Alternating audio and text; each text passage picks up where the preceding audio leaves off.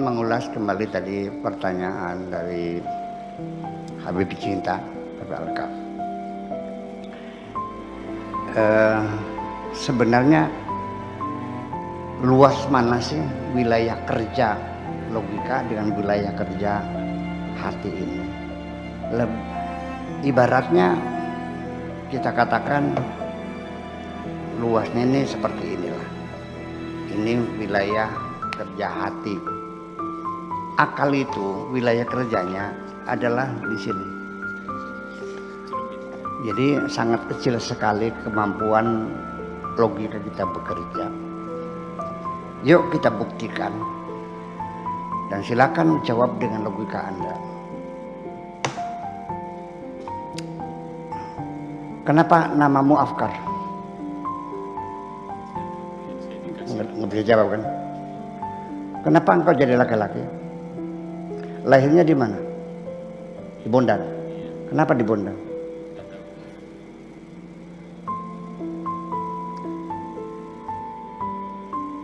Punya anak berapa? 2. Kenapa 2? Kenapa anakmu seperti itu?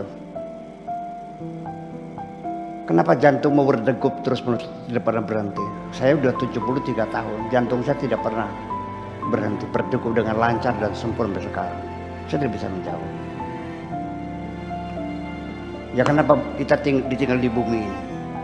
Sampai pertanyaan tentang kosmologi, nanti di penghujungnya setelah bermiliar-miliar galaksi, sebelah sananya ada galaksi lagi enggak?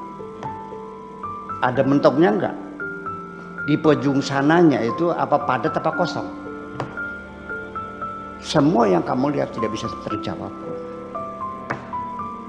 Ya, logika kita hanya sebagai regulator, hanya menghitung sesuatu, menganalisa dan menyimpulkan. Dan kesimpulan juga banyak salah. Konklusi itu banyak salahnya. Itu persoalannya. Makanya perlu eksperimen, diuji ulang.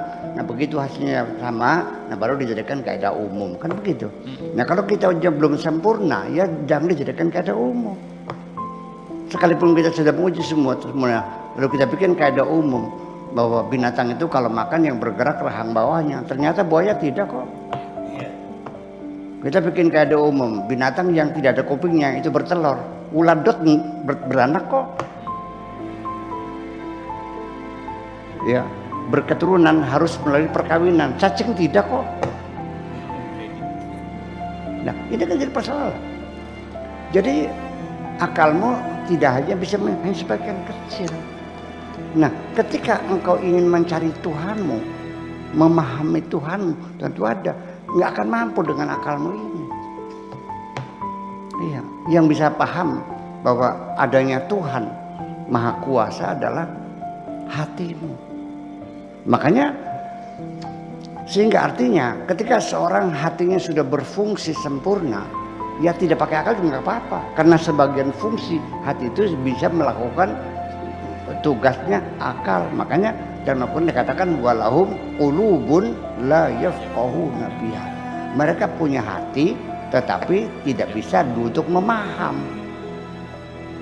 Jadi hati itu ada yang bisa untuk memaham, ada yang tidak bisa untuk memaham. Ya, hati itu merasakan. Kalau akal memaham, berarti di dalam hati itu ada akal juga. Nah, jadi ketika Anda mengatakan saya bisa menemukan Tuhan dengan logikaku, bohong. Sebab Tuhanmu tidak bisa dilogikakan kok. Dari mana logikanya? Dari mana Anda tahu yakin Tuhan itu ada? Silakan buktikan dengan logikamu. Sok coba dulu. Mana Tuhan itu buktinya ada? Logika minta bukti. Ada bumi. Ya gitu. Ya iya. Itu logis begitu. Kita kejar lagi.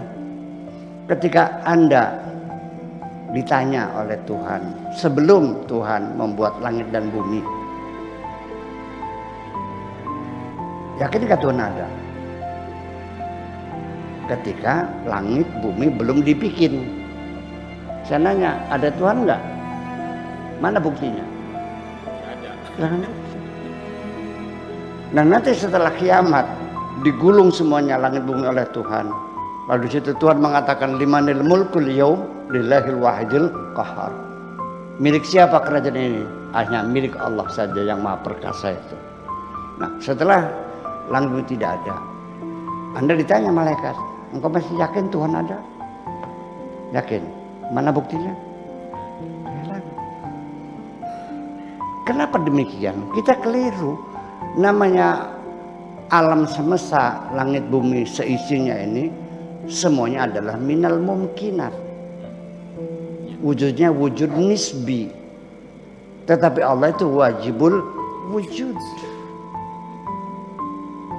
Iya kan? Sehingga dengan logika saja tidak mungkin sesuatu yang mumkinat membuktikan adanya sesuatu yang wajibul wujud. Itu kan logika kita kan mentok di situ. Sehingga nanti ketika, jadi kenapa? Ya dengan hati, dengan rasa. Anda menggunakan logika, di penghujungnya Anda mengatakan Tuhan tidak ada. Tapi ketika saya bertuhan dengan rasa saya, ketika malaikat bertanya, kamu yakin Tuhan ada? Yakin Tuhan ada. Mana buktinya? Aku merasakannya kok. Ya kan semacam itu. Nah, kita ulangi lagi. Kita pasang amben di pan, ya kan?